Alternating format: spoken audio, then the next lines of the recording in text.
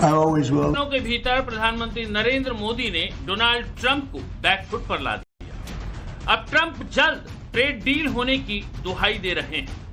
भारत पर लगाया गया 50% टैरिफ खत्म करने का रास्ता निकलेगा, इस पर जोर दे रहे हैं। और ऑन कैंप भारत को लगभग खोया हुआ बता चुके थे। हर मंच से खिसियानी बिल्ली की तरह बर्ताव कर रहे थे।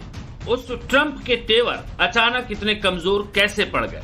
ये मोदी के संकल्प का इम्पैक्ट है या फिर ट्रंप की मजबूरी?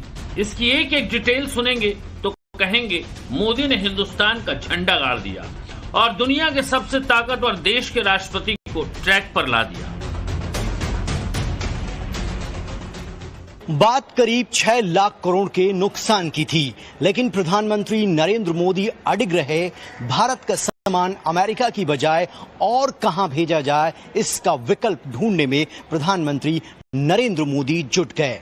कई अन्य देशों से बातचीत की और आगे का प्लान तैयार किया। प्रधानमंत्री नरेंद्र मोदी की इन तैयारियों को देखकर यूएस प्रेसिडेंट डोनाल्ड ट्रंप को लगा कि उनसे बहुत बड़ी गलती हो गई है। मोदी की तैयारियों ने यूएस प्रेसिडेंट डोनाल्ड ट्रंप को झुकने पर मजबूर कर दिया और उसके बाद वो हुआ जिससे हिंदुस्तान को डबल फायदा हो सकता है। भारत और अमेरिका के बीच ट्रेड हुआ तो बहुत संभव है कि पहले की तरह निर्यात जारी रहेगा और जिन देशों से बातचीत हुई वहां पहले के मुकाबले ज्यादा सामान भेजा जाएगा, जिसका मतलब है कि देश में लाखों नौकरियां बढ़ जाएंगी। भारत और यूरोपीय संघ के बीच बड़ा व्यापारिक समझौता होने वाला है। हो सकता है कि फ्री ट्रेड एग्रीमेंट यानी एटीएफ हो। इस डील पर मुहर लगी तो समुद्री उत्पादों के लिए भारत को बहुत बड़ा बाजार मिलेगा। पिछले साल भारत ने अमेरिका को 2.8 अरब डॉलर के झींगे बेचे थे, लेकिन ट्रंप ने टैरिफ लगाया तो प्रधानमंत्री मोदी ने बातचीत करना शुरू कर दिया।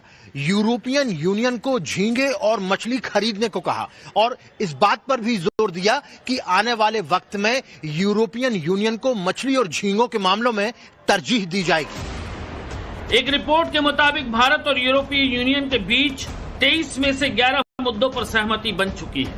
अगली बैठक अक्टूबर में ब्रुसेल्स में होगी और फिर साल के आखिर तक डील डन होने के चांस है।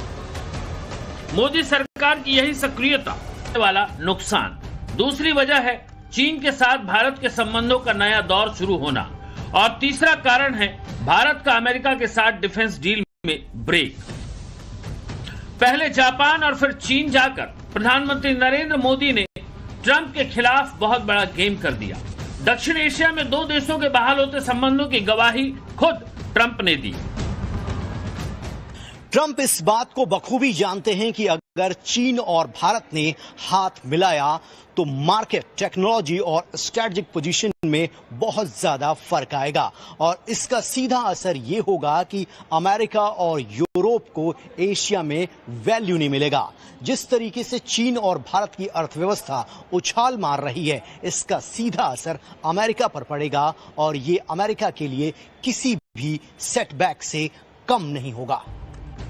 Global rating agency Fitch ratings ने ट्रंप के टैरिफ बम के बावजूद भारत की ग्रोथ के अनुमान को बढ़ा दिया है।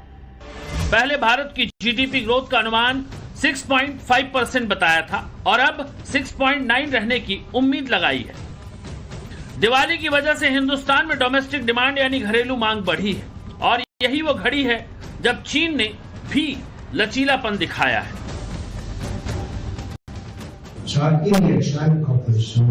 ये जानते हैं कि चीन को अगर कोई काउंटर कर सकता है तो वो भारत ही है। मेक इन इंडिया पर जोर इसी का हिस्सा है। शायद इसीलिए ट्रंप ने मोदी से दोस्ती का जिक्र किया और सकारात्मक ट्रेड डील होने की उम्मीद जताई। ट्रंप को मालूम है कि मोदी का कमिटमेंट मतलब उसे 100% पूरा करना है, फिर चाहे उसके लिए कीमत कोई भी चुकानी पड़ जाए। मेरे देश के लघु उद्यमी हो, किसान हो, पशुपालक हो, हर किसी के लिए मैं आपको बार बार वादा करता हूं, मोदी के लिए आपके हित सर्वोपरि है।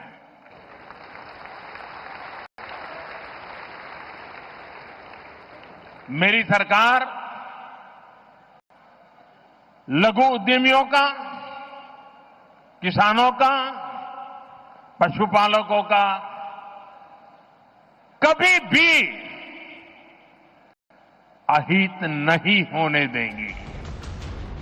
वैसे तो ट्रंप के टैरिफ पर अमेरिकी कोर्ट में 14 अक्टूबर को सुनवाई होनी। अमेरिका के कई इकोनॉमिस्ट ट्रंप के इस कदम को गलत बता चुके हैं। अब तो डोनाल्ड ट्रंप पर अमेरिकी कंपनियां प्रेशर बना रही हैं। कई मीडिया रिपोर्ट्स के मुताबिक अमेरिकी कंपनियां भारत को एक बड़े बाजार के रूप में खुद से दूर जाता हुआ नहीं देखना चाहती और इसकी दलीलें भी बताई जा रही हैं। मसलन भारत से भेजे गए किसी सामान की कीमत 115 रुपए की है, तो वही सामान बांग्लादेश और श्रीलंका से अमेरिका पहुंचता है तो उसके लिए अमेरिकी कंपनियों को 130 रुपए से ज्यादा चुकाने पड़ते हैं। अब बात चाहे कपड़े की हो, जेम्स ज्वेलरी की हो, लेदर या फिर समुद्री उत्पाद, भारत की हर चीज अमेरिका को सस्ते में मिल रही थी और उसके बाद भी ट्रंप प्रशासन कह रहा है कि भारत टैरिफ लगाने में सबसे आगे है। Problem is that India literally is the Maharaja of tariffs. Deforestation को कई गुना बढ़ा रहा है। अमेरिका को यह लगता है कि अगर प्रधानमंत्री नरेंद्र मोदी पूरी तरीके से उनसे कट जाते हैं तो इसका सीधा नुकसान अमेरिका के डिफेंस सेक्टर को होगा और लाखों हजारों करोड़ की डील कैंसिल हो सकती है। जिन हथियारों का प्रोडक्शन भारत की आवश्यकता के अनुसार अमेरिका में हो रहा है वो हथियार बनने रुक जाएंगे और इसका सीधा फायदा रूस को हो सकता है क्योंकि भारत और रूस नजदीक आ सकते हैं और उनके डिफेंस प्रोडक्शन और उनकी डील की कैपेसिटी बढ़ सकती है। 2008 के बाद से भारत ने अमेरिका से 24 अरब डॉलर के सैन्य हार्डवेयर खरीदे हैं, जो कि पहले के मुकाबले ज्यादा है, जबकि रूस से भारत की डिफेंस डील में कमी आई है। ट्रंप प्रशासन ही जानता है कि यह मौका हाथ से गया तो फिर बात संभालना आसान नहीं रहेगा, इसीलिए ट्रंप के शब्दों में नरमी है, मोदी के लिए तारीफ है। Defense, where India could have access to much more effective defense weapons than it has been able to obtain. यानी एक महीने के लिए मोदी रिलैक्स थे, मगर फिर भी उन्होंने भविष्य का खाका खींच दिया है। कई देशों से होने वाली नई बातचीत नए रोजगार पैदा करेंगी। मुमकिन है अगले साल से इंपोर्ट 1.5 गुना हो जाए, यानी जिस 6 लाख करोड़ के घाटे का अनुमान था वो 10 लाख करोड़ के व्यापार के तौर पर फायदा दिला सकता है। और ये फैक्टर पाकिस्तान के लिए जलने भुनने जैसा है। मुनीर गैंग ट्रंप के दामाद के साथ पाकिस्तान में ऐसी जगह तेल खोजेगा जहां तेल निकलेगा भी या नहीं, इसी पर डाउट है। ब्यूरो रिपोर्ट, टाइम्स नाउ, नव Bharat. For more of such videos, do like, share and subscribe to ET Now Swadesh.